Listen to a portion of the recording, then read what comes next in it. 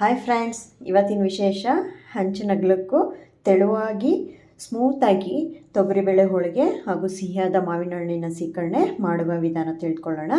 ಬನ್ನಿ ತಡ ಮಾಡದೆ ಹೇಗೆ ಮಾಡೋದು ಅಂತ ತಿಳ್ಕೊಳ್ಳೋಣ. ಮೊದಲಿಗೆ ಫಸ್ಟ್ ಸ್ಟೆಪ್ಪು ನಾವು ಕಣಕನ ಕಲಿಸ್ಕೊಳ್ಳೋದು. ಕಣಕ ಕಲಿಸ್ಕೊಳ್ಳೋದಕ್ಕೆ ನಾನು ಇಲ್ಲಿ 3 ಬಟ್ಲು ಮೈದಾ ಹಿಟ್ಟು ಹಾಕ್ಕೊಂಡಿದ್ದೀನಿ. ಆಮೇಲೆ ಒಂದು ಚಿಟಿಕೆಯಷ್ಟು ಉಪ್ಪು ಮತ್ತು ಚಿಟಿಕೆಯಷ್ಟು ಅರಿಶಿನ ಹಾಕ್ಕೊಂಡು ಚೆನ್ನಾಗಿ ಮಿಕ್ಸ್ ಮಾಡ್ಕೋಬೇಕು. ಕಣಕ ಕಲಿಸ್ಕೊಳ್ಳೋದು ತುಂಬ ಇಂಪಾರ್ಟೆಂಟು. ಇದು ಹದ ಕರೆಕ್ಟಾಗಿದ್ದರೆ ನಿಮ್ಮ ಹೋಳಿಗೆ ಎಲ್ಲೂ ಕಿತ್ತೋಗ್ದಲೇ ಹೂನಂತೆ ಚೆನ್ನಾಗಿ ಬರುತ್ತೆ. ಈಗ 3 ಕಪ್ ಮೈದಾ ಹಿಟ್ಟಿಗೆ ನಾನು 1/4 ಕಪ್ಪಷ್ಟು ನೀರು, ಅದೇ ಬಟ್ಲಲ್ಲೇ 1/4 ಕಪ್ಪಷ್ಟು ನೀರನ್ನು ಹಾಕಿ ಚೆನ್ನಾಗಿ ಕಲಿಸ್ಕೊಳ್ತೀನಿ. ನೋಡಿ, ನೀರು ಸ್ವಲ್ಪನೇ ಹಾಕ್ಕೊತ ಕಲಿಸ್ಕೋಬೇಕು. ಒಟ್ಟಿಗೆ ಹಾಕೋಬಾರ್ದು. ಒಟ್ಟಿಗೆ ಹಾಕ್ಕೊಂಡ್ರೆ ತುಂಬ ತೆಳ್ಳಗಾಗುತ್ತೆ. ಇದು ಚಪಾತಿ ಹಿಟ್ಟಿಗಿಂತ ಇನ್ನೂ ಸ್ಮೂತಾಗಿ ಕಲಿಸ್ಕೋಬೇಕು ಹಿಟ್ಟು, ಆದರೆ ತುಂಬ ತೆಳ್ಳಗೂ ಕಲಿಸ್ಕೋಬಾರ್ದು, ನಿಮಗೆ ಹೋಳಿಗೆ ಮಾಡೋದಕ್ಕೆ ಕಷ್ಟ ಆಗುತ್ತೆ. ಸೊ ಇಲ್ಲಿ ನಾನು 3 ಬಟ್ಲಷ್ಟು ಮೈದಾ ಹಿಟ್ಟಿಗೆ ನಾನು 1/4 ಬಟ್ಲಷ್ಟೇ ನೀರನ್ನು ಉಪಯೋಗಿಸ್ಕೊಂಡಿದ್ದೀನಿ. ನೋಡ್ಕೊಳ್ತಾ ಹಾಕೋಬೇಕು. ಈ ಹದದಲ್ಲೇ ಸ್ಟೆಪ್ ಬೈ ಸ್ಟೆಪ್ಪಲ್ಲೇ ನಾವು ಮಿಕ್ಸ್ ಮಾಡ್ಕೊಳ್ತಾ ಹೋಗಬೇಕು. ಸ್ವಲ್ಪ ಅಂಟೋ ರೀತಿಯಲ್ಲೇ ಕಲಿಸ್ಕೊಂಡು ಆಮೇಲೆ ನಾನು 2 ಟೀ ಸ್ಪೂನಷ್ಟು ಎಣ್ಣೆನ ಸೇರಿಸ್ಕೊಳ್ತಾ ಇದ್ದೀನಿ. ನಾನು ಎಣ್ಣೆ ತುಂಬ ಜಾಸ್ತಿ ಬಳಸ್ತಾ ಇಲ್ಲ. ಕೈಯಲ್ಲಿ ಕರೆಕ್ಟಾಗಿ ಮಿಕ್ಸ್ ಮಾಡಿಕೊಂಡು ಸ್ವಲ್ಪ ಎಣ್ಣೆ ಹಾಕ್ಕೊಂಡು ಮತ್ತೆ ಚೆನ್ನಾಗಿ ನಾದ್ಕೋಬೇಕು. ನೋಡಿ, ಈ ಥರ ಕೈಯಲ್ಲಿ ಎಷ್ಟು ಚೆನ್ನಾಗಿ ನಾದ್ತೀವೋ ಅಷ್ಟು ಚೆನ್ನಾಗಿ ಹಿಟ್ಟು ಚೆನ್ನಾಗಿ ಬರುತ್ತೆ, ಕಣಕ ರೆಡಿ ಆಗುತ್ತೆ. ಈ ಥರ ಗುಂಡಕ್ಕೆ ಕಲಿಸ್ಬಿಟ್ಟು ಲಾಸ್ಟಲ್ಲಿ ಸ್ವಲ್ಪ ಎಣ್ಣೆ ಹಾಕಿ ಸ್ವಲ್ಪ ತಟ್ಬಿಟ್ಟು ಅದನ್ನು ನಾವೀಗ ನೆನೆಯೋದಕ್ಕೆ ಬಿಡೋಣ. ನಾನಿಲ್ಲಿ 2 to 3 hours ನೆನೆಯೋದಕ್ಕೆ ಬಿಟ್ಟಿದ್ದೀನಿ. ಜಾಸ್ತಿ ನೆಂದರೆ ಇನ್ನೂ ಚೆನ್ನಾಗಾಗುತ್ತೆ. ನೆಕ್ಸ್ಟ್ ಸ್ಟೆಪ್ ಬಂದು ನಾವು ಹೂರಣನ ಮಾಡ್ಕೊಳ್ಳೋದಕ್ಕೆ ಬೇಳೆನ ಬೇಯಿಸ್ಕೋಬೇಕಲ್ವ. ಹಾಗಾಗಿ ಬೇಳೆನ ಬೇಯಿಸ್ಕೊಳ್ಳೋದಕ್ಕೆ ಮುಂಚೆ ಅರ್ಧ ಗಂಟೆ ಮುಂಚೆನೇ ನಾನು ನೀರನ್ನ ನೆನೆಸಿಡ್ತೀನಿ. ಆಮೇಲೆ ಬೆಲ್ಲ ಕರಗಿಸೋಕ್ಕೂ ಕೂಡ ನೀರು ಹಾಕಿ ಇಟ್ಟಿದ್ದೀನಿ. ಅದೆರಡು ಆಗೋ ಅಷ್ಟರಲ್ಲಿ ನಾನು ಫಸ್ಟು ದೊಡ್ಡ ಪಾತ್ರೆ ತೊಗೊಂಡ್ರೆ ನಿಮಗೆ ಕಟ್ಟಿನ ಸಾರು ಮಾಡೋದಕ್ಕೆ ಕಟ್ಟು ಚೆನ್ನಾಗಿ ಬರುತ್ತೆ. ಹಾಗಾಗಿ ದೊಡ್ಡ ಪಾತ್ರೆಯಲ್ಲಿ ನಾನು 1.5 ಲೀಟ್ರ್ ಅಥವಾ 2 ಲೀಟ್ರಷ್ಟು ನೀರು ಹಾಕಿ ಕುದಿಯೋದಕ್ಕೆ ಬಿಟ್ಟಿದ್ದೆ. ಅದರಲ್ಲಿ ಈಗ ನೆಂದಿರೋಂಥ ಬೇಳೆನ ಹಾಕ್ಕೊಂಡಿದ್ದೀನಿ. ಬೇಳೆ ಬೇಯೋಷ್ಟರಲ್ಲಿ ನಾವಿಲ್ಲಿ ಒಣ ಶುಂಠಿನ ಪುಡಿ ಮಾಡ್ಕೊಳ್ತಾ ಇದ್ದೀವಿ. ಈಗ ನೋಡಿ, ಬೇಳೆ 3/4 ಭಾಗ ಬೆಂದಿದೆ. ಈಗ ಕುದೀತಾ ಇರೋ ಬೇಳೆ ನಾನು ಒಂದು 20 ನಿಮಿಷ ಬೇಳೆ ಹಾಗೆ ಬೇಯಕ್ಕೆ ಬಿಟ್ಟಾಗ ಚೆನ್ನಾಗಿ ಬೆಂದಿದೆ. ಈಗ ಒಂದು 3/4 ಭಾಗ ಬೆಂದಿದೆ ಅಂತಂದಾಗ ನಾವು ಕಟ್ಟನ್ನು ಬಸ್ಕೊಂಡ್ಬಿಡ್ಬೇಕು. ತುಂಬ ಬೆಂದಿರಬಾರ್ದು. ಇವಾಗ 3/4 ಅಷ್ಟು ಬೇಳೆ ಬೆಂದಾಗ ನಾವು ಕಟ್ಟನ್ನು ತೆಗಿಬೇಕು. ತುಂಬ ಬೆಂದ ಮೇಲೆ ನಿಮಗೆ ಕಟ್ಟು ಸಿಗೋದಿಲ್ಲ. ಹಾಗಾಗಿ 3/4 ಬೆಂದ ಮೇಲೇ ಕಟ್ಟು ತಗೊಂಡ್ಬಿಟ್ಟು ಈಗ ಮತ್ತೆ ನಾನು ಮಿಕ್ಕಿದ ಪ್ರೊಸೀಜರ್ ಮಾಡ್ಕೊಳ್ತೀನಿ. ಅಂದರೆ ಮತ್ತೆ ಬೇಯೋದಕ್ಕೆ ಇಟ್ಕೊಳ್ತೀನಿ. ಈಗ ಮತ್ತೆ ಸ್ಟವ್ ಮೇಲೆ ಬೇಳೆನ ಇಟ್ಬಿಟ್ಟು ಅದು ನೀರೆಲ್ಲ ನಾವು ಆಲ್ರೆಡಿ ಕಟ್ಟಿಗೆ ಬಸ್ಕೊಂಡಿದ್ದೀವಿ. ಈಗ ನಾನು ಬೆಲ್ಲ ಏನು ಕರ್ಗಕ್ಕೆ ಇಟ್ಟಿದ್ನಲ್ಲ ಅದನ್ನು ಸೋಸ್ಕೊಂಡು ಆಮೇಲೆ ಸ್ವಲ್ಪ ಬಿಸಿ ಮಾಡೋಕ್ಕೆ ಇಟ್ಕೊಳ್ತೀನಿ. ಅಂದರೆ ತಣ್ಣ ನೀರು ಹಾಕ್ಬಾರ್ದು ಅಂತ ಅಂದ್ಬಿಟ್ಟು ಕುದೀತಾ ಇರೋ ನೀರನ್ನ ಮತ್ತೆ ಬೇಳೆದೊಳಗೆ ಹಾಕಿ ಇನ್ನು 3/4 ಭಾಗ ಬೆಂದಿರೋ ಬೇಳೆನ ಇನ್ನು 1/4 ಭಾಗ ನಾನು ಬೇಯಿಸ್ಕೋಬೇಕಲ್ವ. ಹಾಗಾಗಿ ಇವಾಗ ಬೆಲ್ಲನ ಸೇರಿಸಿ ಬೇಳೆನ ಚೆನ್ನಾಗಿ ಬೇಯೋದಕ್ಕೆ ಇಡ್ತೀನಿ. ಫುಲ್ಲು ಫ್ಲೇಮಲ್ಲಿಟ್ಟು ಹೈ ಫ್ಲೇಮಲ್ಲಿಟ್ಟು ಚೆನ್ನಾಗಿ ಕೈಯಾಡ್ತಾ ಬೇಯೋದಕ್ಕೆ ಬಿಡಬೇಕು. ಮಧ್ಯೆ ಕೈಯಾಡ್ತಾ ಇರಬೇಕು. ಆಮೇಲೆ ನೋಡಿ, ನಾವು ಬೆಲ್ಲ ಮತ್ತು ಬೇಳೆ 2 ಮಿಶ್ರಣನೂ ಒಳ್ಳೆ ಹಲ್ವಾ ಥರ ಎಷ್ಟು ಸಾಫ್ಟಾಗಿ ಬೆಂದಿದೆ ಅಂತ ನಿಮಗೆ ಮನೆಯೆಲ್ಲ ಒಳ್ಳೆ ಪರಿಮಳನೂ ಬರುತ್ತೆ ಬೆಂದಾಗ. ಅಲ್ಲಿಗೆ ಸ್ಟವ್ನ ಆಫ್ ಮಾಡಿ ಸ್ವಲ್ಪ ತಣ್ಣಗಾಗಿಬಿಟ್ಟು, ತುಂಬ ತಣ್ಣಗಾಗಕ್ಕೆ ಬಿಡಬಾರ್ದು. ಸ್ವಲ್ಪ ತಣ್ಣಗಾದ್ಮೇಲೆ ಬಿಸಿ ಇರುವಾಗಲೇ ನಾವು ಮಿಕ್ಸಿ ಜಾರಿಗೆ 2-3 ಬ್ಯಾಚಲ್ಲಿ ಹಾಕ್ಕೋಬೇಕು. ನಾನು ಇಲ್ಲಿ 1.5 ಪಾವು ಬೇಳೆ ಹಾಕಿರೋದ್ರಿಂದ 3 ಬ್ಯಾಚಲ್ಲಿ ರುಬ್ಕೊಂಡಿದ್ದೀನಿ. ತುಂಬ ತಣ್ಣಗಾದ್ಮೇಲೆ ರುಬ್ಬಕ್ಕೆ ಹೋದರೆ ಮಿಕ್ಸಿನಲ್ಲಿ ನಿಜವಾಗ್ಲೂ ಅದು ನುಣ್ಣಗಾಗೋದಿಲ್ಲ. ನಮಗೆ ಹೂರಣ ನುಣ್ಣಗೆ ಎಷ್ಟು ಒಳ್ಳೆ ಮೇಣ ಥರ ಅಂತ ಅಂತಾರಲ್ಲ, ಒಳ್ಳೆ ಡೇಟ್ಸ್ದು ಇದು ಬರುತ್ತಲ್ಲ ಹಲ್ವಾ, ಆ ಥರ ತುಂಬ ಮೇಣದ ಥರ ಬರಬೇಕು. ಅಷ್ಟು ಸಾಫ್ಟಾಗಿ ಬಂದರೆ ಮಾತ್ರ ಹೋಳಿಗೆ ಚೆನ್ನಾಗಿ ಬರುತ್ತೆ.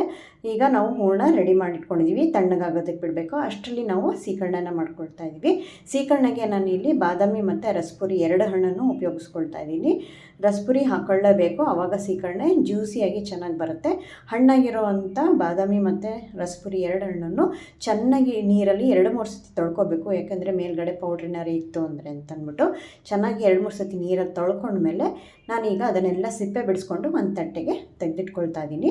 ಈಗ ಎಲ್ಲ ಹಣ್ಣನ್ನು ಒಂದು ದೊಡ್ಡ ಪಾತ್ರೆಯಲ್ಲಿ ಹಾಕ್ಕೊಂಡು ಟ್ರೆಡಿಷ್ನಲ್ ವೇನಲ್ಲಿ ಹೇಗೆ ಅಂತಂದರೆ ಈ ಥರನೇ ಮಾಡೋದು, ಕಟ್ ಮಾಡೋದಿಲ್ಲ. ಈ ಥರ ಮಾವಿನ ಹಣ್ಣನ್ನು ಕೈಯಲ್ಲೇ ಕಿವುಚ್ಕೊಳ್ತಾರೆ. ಆವಾಗ ಅದ್ರ ಚಂಕ್ಸ್ ಏನು ಸಿಗುತ್ತಲ್ಲ ಮಾವಿನ ಹಣ್ಣಿಂದು ಪೀಸು, ಅದು ಒಂಥರ ರುಚಿನೂ ಕೊಡುತ್ತೆ. ಹೋಳಿಗೆ ಜೊತೆ ಅಂತೂ ತುಂಬಾ ಚೆನ್ನಾಗಿರುತ್ತೆ. ಇದು ಟಿಪಿಕಲ್ ಕರ್ನಾಟಕ ಟ್ರೆಡಿಷ್ನಲ್ ಸ್ವೀಟ್ ಅಂತಲೇ ಹೇಳ್ಬೋದು, ಹೋಳಿಗೆ ಮತ್ತು ಸೀಕರಣೆ. ಈಗ ನೋಡಿ, ನಾನು ಅಷ್ಟೆಲ್ಲ ಜ್ಯೂಸನ್ನ ತಕ್ಕೊಂಡು ಪಲ್ಪೆಲ್ಲ ತಗೊಂಡಿದ್ದೀನಿ ಮಾವಿನ ಹಣ್ಣಿಂದು. ಈಗ ಸಿಪ್ಪೆಗೂ ಇನ್ನೂ ಸ್ವಲ್ಪ ನೀರು ಹಾಕ್ಕೊಂಡು ಚೆನ್ನಾಗಿ ಕಿವುಚ್ಕೊಂಡ್ರೆ ಸೀಕರಣೆಗೆ ನಾನೀಗ ಒಂದು ಲೋಟದಷ್ಟು ಹಾಲು, 1 ಲೋಟ ಸಕ್ಕರೆ ಮತ್ತು ಜೇನುತುಪ್ಪ ಒಂದು ಸ್ವಲ್ಪ, ಆಮೇಲೆ ಏಲಕ್ಕಿ ಪುಡಿ ಮತ್ತು ಒಣಶುಂಠಿ ಪುಡಿ ಇದಿಷ್ಟನ್ನು ಹಾಕ್ಕೊಂಡು ಕೈ ಆಡ್ಕೊಂಡಿದ್ದೀನಿ. ಈಗ ನಮ್ಮ ಸೀಕರಣೆ ರೆಡಿಯಾಗಿದೆ. ಈಗ ಹೂರ್ಣ ತಣ್ಣಗಾಗಿರುತ್ತೆ. ಈಗ ಹೂರ್ಣನ ತೊಗೊಂಡು ಒಂದೊಂದೇನ ನಾವು ಉಂಡೆ ಮಾಡ್ಕೋಬೇಕು. ನೋಡಿ ಎಷ್ಟು ಚೆನ್ನಾಗಿ ಬಂದಿದೆ, ಒಳ್ಳೆ ಗಂಧದ ಥರ ನುಣ್ಣಗಾಗಿದೆ. ಯಾಕೆ ಅಂದರೆ ನಾವು ಬಿಸಿ ಇದ್ದಾಗ ಹಾಕಿದ್ದೀವಿ, ಹಾಗಾಗಿ ಚೆನ್ನಾಗಿ ಒಂದು ಬೆಳೆನೂ ಉಳ್ಕೊಳ್ದಲ್ಲೇ ನುಣ್ಣಗಾಗಿದೆ. ಈಗ ನಾವು ಕಣಕ ನೆನೆಯಕ್ಕೆ ಇಟ್ಟಿದ್ವಲ್ಲ, ನಾನು 2 ರಿಂದ 3 ಗಂಟೆ ಇದನ್ನು ನೆನೆಸಿದ್ದೀನಿ. ನೋಡಿ ಎಷ್ಟು ಚೆನ್ನಾಗಿ ಬಂದಿದೆ. ಒಳ್ಳೆ ಹಿಂಗೆ ಎಳೆದ್ರೆ ಎಳೆ ಹಿಂಗೆ ಚೆನ್ನಾಗಿ ಬರಬೇಕು, ಆ ಥರ ಬರಬೇಕು ಕಣಕ. ಸೊ ಈಗ ನಾನು ಕಣಕ ಎಲ್ಲ ರೆಡಿ ಮಾಡಿಕೊಂಡು, ಇಲ್ಲಿ ನಾನು ಸಿಲಿಕಾನ್ ಶೀಟನ್ನು ತೊಗೊಂಡಿದ್ದೀನಿ. ಇದನ್ನು ಒಂದು ಸತಿ ತೊಗೊಂಡ್ರೆ ಲೈಫ್ ಲಾಂಗ್ ಇದರಲ್ಲಿ ನೀವು ಹೋಳಿಗೆ ಮಾಡ್ಬೋದು, ಎಲ್ಲೂ ಏನೂ ಹಾಳಾಗೋದಿಲ್ಲ. ನಾನು ಸುಮಾರು ವರ್ಷದಿಂದ ಇದನ್ನು ಬಳಸ್ತಾ ಇದ್ದೀನಿ. ಈಗ ಅದಕ್ಕೆಲ್ಲ ಸ್ವಲ್ಪ ಎಣ್ಣೆ ಹಚ್ಕೊಂಡು, ಲತ್ತುಡಿಗೂ ಸ್ವಲ್ಪ ಎಣ್ಣೆ ಹಚ್ಕೊಂಡು ಕಣಕನ ತೊಗೊಂಡು, ಕಣಕ ಸೈಜು ಕಡಿಮೆ ಇರಬೇಕು, ಹೂರ್ಣ ಸೈಜು ದೊಡ್ಡದಿರಬೇಕು. ಅಂದರೆ ಹೂರ್ಣ ಎಷ್ಟು ತೊಗೊಂಡಿರ್ತೀವಲ್ಲ ಉಂಡೆ, ಅದಕ್ಕಿಂತ ಪ್ರಮಾಣ ಕಣಕ ಪ್ರಮಾಣ ಇರಬೇಕು, ಕಡಿಮೆ ಪ್ರಮಾಣ ಇರಬೇಕು. ಆಮೇಲೆ ಅದರೊಳಗೆ ಈ ಥರ ತುಂಬಿಟ್ಟು ನಾವು ಅಂಗೈನಲ್ಲಿ ತಟ್ಟಬೇಕು. ಫಸ್ಟ್ ಎಣ್ಣೆ ಎಲ್ಲ ಚೆನ್ನಾಗಿ ಮಾಡಿಕೊಂಡು, ಕೈಗೆಲ್ಲ ಎಣ್ಣೆ ಹಚ್ಕೊಂಡು ಅಂಗೈನಲ್ಲಿ ಪ್ರೆಸ್ ಮಾಡ್ಕೋಬೇಕು. ಆವಾಗ ಎಲ್ಲೂ ಹೊಡ್ಕೊಂಡು ಆಚೆಗೆ ಬರಲ್ಲ. ಆಮೇಲೆ ನಾವು ಈಗ ಲತ್ತುಡಿ ತೊಗೊಂಡು ಹೀಗೆ ತಿರುಗಿಸ್ತಾ ಮಾಡ್ತಾ ಬರಬೇಕು. ನೋಡಿ ಈ ಥರ ಫಸ್ಟ್ 1-2 ಸತಿ ಈ ಥರ ಅಂಗೈನಲ್ಲೇ ತಟ್ಕೊಳ್ತಾ ಬಂದರೆ ನಿಮಗೆ ಈಸಿ ಆಗುತ್ತೆ. ಆಮೇಲೆ ನೀವು ಲತ್ತುಡಿನ ಈ ಥರ ಹಿಂಗೆ ಎಳಿತಾ ಬರಬೇಕು ಕೆಳಗಡೆ. ಹೀಗೆ ರೊಟೇಟ್ ಮಾಡ್ಕೊಳ್ತಾ ಬಂದರೆ ಎಲ್ಲ ಸೈಡೂ ಚೆನ್ನಾಗಿ ಅಗಲವಾಗಿ ಬರುತ್ತೆ. ನೋಡಿ ಎಷ್ಟು ಚೆನ್ನಾಗಿ ಬಂದಿದೆ. ನೋಡಿ ಎಷ್ಟು ಅಗಲವಾಗಿ ಬಂದಿದೆ, ತೆಳ್ಳಗೆ ಬಂದಿದೆ, ಮತ್ತು ಎಲ್ಲ ಎಡ್ಜಸ್ಸು ಎಲ್ಲ ಕರೆಕ್ಟಾಗಿ ಕವರ್ ಆಗಿದೆ. ನಾವು ಹೂರ್ಣ ಪ್ರಮಾಣ ಜಾಸ್ತಿ ತೊಗೊಂಡು ಕಣಕ ಪ್ರಮಾಣ ಕಮ್ಮಿ ತೊಗೊಂಡಾಗ, ಅದು ಕವರ್ ಆಗೋಕ್ಕೆ ಎಷ್ಟು ಬೇಕೋ ಅಷ್ಟು ತೊಗೊಂಡಾಗ ಚೆನ್ನಾಗಿ ಬರುತ್ತೆ. ನೋಡಿ ಈಗ ಎಲ್ಲ ಕಡೆ ನಾನು ಬೇಯಿಸ್ಕೊಳ್ತಾ ಇದ್ದೀನಿ. ಹಂಚು ಚೆನ್ನಾಗಿ ಕಾದಿರಬೇಕು. ಕಾದಿರೋ ಹಂಚು ಮೇಲೆ ನಾವು ಹೋಳಿಗೆ ಹಾಕಿ ಆಮೇಲೆ ಸ್ವಲ್ಪ ಮೀಡಿಯಮ್ ಫ್ಲೇಮ್ ಮಾಡಿಕೊಂಡು ಎಲ್ಲ ಕಡೆ ಸುತ್ತೂ ಬೇಯಿಸ್ಕೋಬೇಕು. ಈಗ ಬೆಂದಾಗಿದೆ. 2 ನಿಮಿಷ ಆದಮೇಲೆ ತಿರುಗಿಸಿ ಹಾಕಿದ್ಮೇಲೆ 2 ನಿಮಿಷ ಬೆಂದಾದಮೇಲೆ ನಾವು ಈ ಚಪ್ಪಳದ ಮೇಲೆ ತೆಗೆದಿಟ್ಕೊಂಡ್ಬಿಡ್ಬೇಕು ಹೋಳಿಗೆನ. ಅದನ್ನು ಆರಕ್ಕಿಡಬೇಕು. ಈಗ ನೋಡಿ ಸೆಕೆಂಡ್ ಟೈಮ್ ಮಾಡ್ತಾಯಿದ್ದೀನಿ. ಈ ಥರನೂ ಮಾತಾಡೋ, ಆವಾಗಲೇ ಕೈನಲ್ಲಿ ಅಂಗೈನಲ್ಲಿ ತಟ್ಟಿದ್ದೆ. ಈಗ ಮಣೆ ಮೇಲೇ ಈ ಕಣಕನ ಹಾಕ್ಕೊಂಡು ಇಷ್ಟು ಅಗಲ ಮಾಡಿಕೊಂಡು ಅದರೊಳಗೆ ಹೂರ್ಣ ತುಂಬಿಸಿ ಈ ಥರ ಎಲ್ಲ ಕವರ್ ಮಾಡ್ಕೋಬೇಕು. ಇದು ಬಿಗಿನರ್ಸಿಗೆ ಈಸಿ ಆಗುತ್ತೆ ಈ ಥರ ಮಾಡೋದು. ಈ ಥರ ಎಲ್ಲ ಕವರ್ ಮಾಡಿಕೊಂಡು ಎಕ್ಸ್ಟ್ರಾ ಹಿಟ್ಟಿದ್ರೆ ಬೇಕಾದರೆ ತಕ್ಕೋಬೋದು. ಅಂದರೆ ಕಣಕನ ನೋಡಿ ಆ ಥರ ತೊಗೊಂಡ್ಮೇಲೆ ಒಳಗಡೆ ಇಟ್ಬಿಟ್ಟು ಈ ಥರ ನಾನು ಅಂಗೈನಲ್ಲಿ ಫಸ್ಟ್ ಪ್ರೆಸ್ ಮಾಡ್ಕೊಳ್ತೀನಿ. ಮಾಡ್ಕೊಂಡ್ಮೇಲೆ ಈಗ ಲತ್ತುಡಿ ತೊಗೊಂಡು, ಲತ್ತುಡಿಗೆ ಮಾತ್ರ ಪ್ರತಿ ಸರಿನೂ ಎಣ್ಣೆ ಹಚ್ತಾನೆ ಇರಬೇಕು. ಅಂದರೆ ಲಟ್ಟಣಿಗೆಗೆ ಪ್ರತಿ ಸರಿ ಎಣ್ಣೆ ಹಚ್ಕೊಂಡು ಶೀಟ್ ಮೇಲೂ ಎಣ್ಣೆ ಹಾಕ್ಕೊಂಡು ಈ ಥರ ಮಾಡ್ತಾಯಿದ್ರಿ. ಎಲ್ಲೂ ಅಂಟೋದು ಇಲ್ಲ, ಎಲ್ಲೂ ಅರಿಯೋದು ಇಲ್ಲ. ನೋಡಿ ಎಷ್ಟು ಚೆನ್ನಾಗಿ ತಿರುಗಿಸ್ಕೊಳ್ತಾ ಬರ್ಬೋದು. ಫಸ್ಟ್ ಕ್ಲಾಸಾಗಿ ತಿರುಗುತ್ತೆ. ನೀವು ಮಾಡ್ಕೊಳ್ಳೋ ಹದದ ಮೇಲೂ ಹೋಗುತ್ತೆ ಫ್ರೆಂಡ್ಸ್ ಇದು. ನೀವು ಕಣಕ ಮತ್ತು ಹೂರ್ಣ ಎರಡೂ ಪರ್ಫೆಕ್ಟ್ ಮೆಷರ್ಮೆಂಟಲ್ಲಿ ಹದವಾಗಿ ಮಾಡಿಕೊಂಡ್ರೆ ಎಲ್ಲೂ ನಿಮಗೆ ಹೋಳಿಗೆ ಫೇಲ್ ಆಗೋ ಚಾನ್ಸೇ ಇಲ್ಲ. ನೋಡಿ ಎಷ್ಟು ಚೆನ್ನಾಗಿ ಅಗಲವಾಗಿ ಬಂದಿದೆ. ನೋಡಿ ಹಂಚು ನಗಲಷ್ಟಕ್ಕೂ ಮಾಡ್ಬೋದು ನಾವು ಆರಾಮ್ಸೆ. ಲತ್ತುಡಿಲಿ ನಾವು ಲಟ್ಟಿಸ್ಬಿಟ್ಟು ಮಾಡ್ಬೋದು. ನೋಡಿ ಎಷ್ಟು ಚೆನ್ನಾಗಿ ಪೂರಿ ಥರ ಉಬ್ಬಿ ಬರ್ತದೆ. ಯಾಕೆ ಅಂದರೆ ನಾವು ಕಣಕ ಪರ್ಫೆಕ್ಟ್ ಹದದಲ್ಲಿ ಕಲಿಸ್ಕೊಂಡಿರೋದ್ರಿಂದ. ಮತ್ತು ಚೆನ್ನಾಗೂ ನೆನಿಬೇಕು ಕಣಕ. ಅರ್ಜೆಂಟಲ್ಲಿ ಮಾಡೋಕ್ಕೋದ್ರೆ ಚೆನ್ನಾಗಾಗಲ್ಲ, ಸಾಫ್ಟಾಗಿ ಬರೋದಿಲ್ಲ. ಚೆನ್ನಾಗಿ ನೆಂದಷ್ಟು ಹೂವಾಗಿ ಹೋಳಿಗೆ ಚೆನ್ನಾಗಿ ಬರುತ್ತೆ. ನೋಡಿ ಈಗ ಸೆಕೆಂಡ್ ಟೈಮ್ ಈ ಥರ ಹೋಳಿಗೆ ಮಾಡ್ತಾಯಿದ್ದೀನಿ. ಈ ಥರ ಎಷ್ಟೊಂದು ಹೋಳಿಗೆ ಎಷ್ಟು ಚೆನ್ನಾಗಿ ಬರುತ್ತೆ ಅಂದರೆ, ಈ ಹೋಳಿಗೆ ಮಾಡೋದಕ್ಕೆ ಮಾತ್ರ ಸ್ವಲ್ಪ ಪೇಷನ್ಸ್ ಇರಬೇಕು. ಪೇಷನ್ಸಿಂದ ಮಾಡಿದ್ರೆ ಮಾತ್ರ ಹೋಳಿಗೆ ಚೆನ್ನಾಗಿ ಬರುತ್ತೆ. ಮತ್ತು ಅಳತೆನೂ ಕರೆಕ್ಟಾಗಿ ಇಟ್ಕೊಂಡು ಮಾಡಬೇಕು. ಎಲ್ಲದನ್ನು ನೋಡಿಕೊಂಡು ಚೆನ್ನಾಗಿ. ಫಸ್ಟ್ ಸ್ಟಾರ್ಟಿಂಗ್ ಬರಲಿಲ್ವಾ, ಸೆಕೆಂಡ್ ಟೈಮ್ ಟ್ರೈ ಮಾಡಿ, ಅವಾಗ ಖಂಡಿತ ಬಂದೇ ಬರುತ್ತೆ. ನೋಡಿ ಎಷ್ಟು ಚೆನ್ನಾಗಿ ಬಂದಿದೆ. ಮತ್ತು ಹೋಳಿಗೆ ಮಡಚೋ ರೀತಿ ಇದು. ಬಿಸಿ ಇದ್ದಾಗ ಆರೋದಕ್ಕೆ ನಾವು ಚಿಬ್ಳದ ಮೇಲೆ ಹಾಕಿ ತಣ್ಣಗಾದ್ಮೇಲೆ ಈ ಥರ ಫೋಲ್ಡ್ ಮಾಡಿಕೊಂಡ್ರೆ ಹೋಳಿಗೆ ಸುಮಾರು ಹೊತ್ತು ಹಿಂಗೆ ಸಾಫ್ಟಾಗಿರುತ್ತೆ ಅಂತ ಅಂದ್ಬಿಟ್ಟು ಅಷ್ಟೇ. ಮತ್ತು ನೋಡೋದಕ್ಕೂ ಚೆನ್ನಾಗಿರುತ್ತೆ ಈ ಥರ ಮಡಚ್ಕೊಂಡ್ರೆ. ಈ ಥರ ನೋಡಿ ಎಲ್ಲ ಹೋಳಿಗೆಗಳು ಚೆನ್ನಾಗಿ ಬಂದಿದೆ. ಎಲ್ಲ ಸಾಫ್ಟಾಗಿ ಒಳ್ಳೆ ಹೂನಾಗಿ ಬಂದಿದೆ.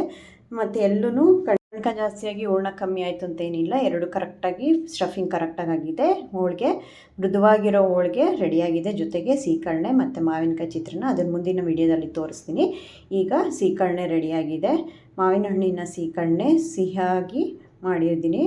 ಇದನ್ನು ನಾವು ಒಂದು ತಟ್ಟೆಗೆ ಸರ್ವ್ ಮಾಡ್ಕೊಳ್ಳೋಣ. ಅದರ ಜೊತೆಗೆ ಹೂವಿನಂಥ ಹಂಚಿನಗ್ಲಕ್ಕೆ ಇರುವಂಥ ಉಬ್ಬಿರುವಂಥ ತೊಗರಿಬೇಳೆ ಹೋಳಿಗೆ ರೆಡಿಯಾಗಿದೆ. ಇದನ್ನು ನಾನು ದೇವರಿಗೆ ನೈವೇದ್ಯ ಮಾಡಿಕೊಂಡು ಆಮೇಲೆ ಪ್ರಸಾದವಾಗಿ ತಿಂತೀನಿ.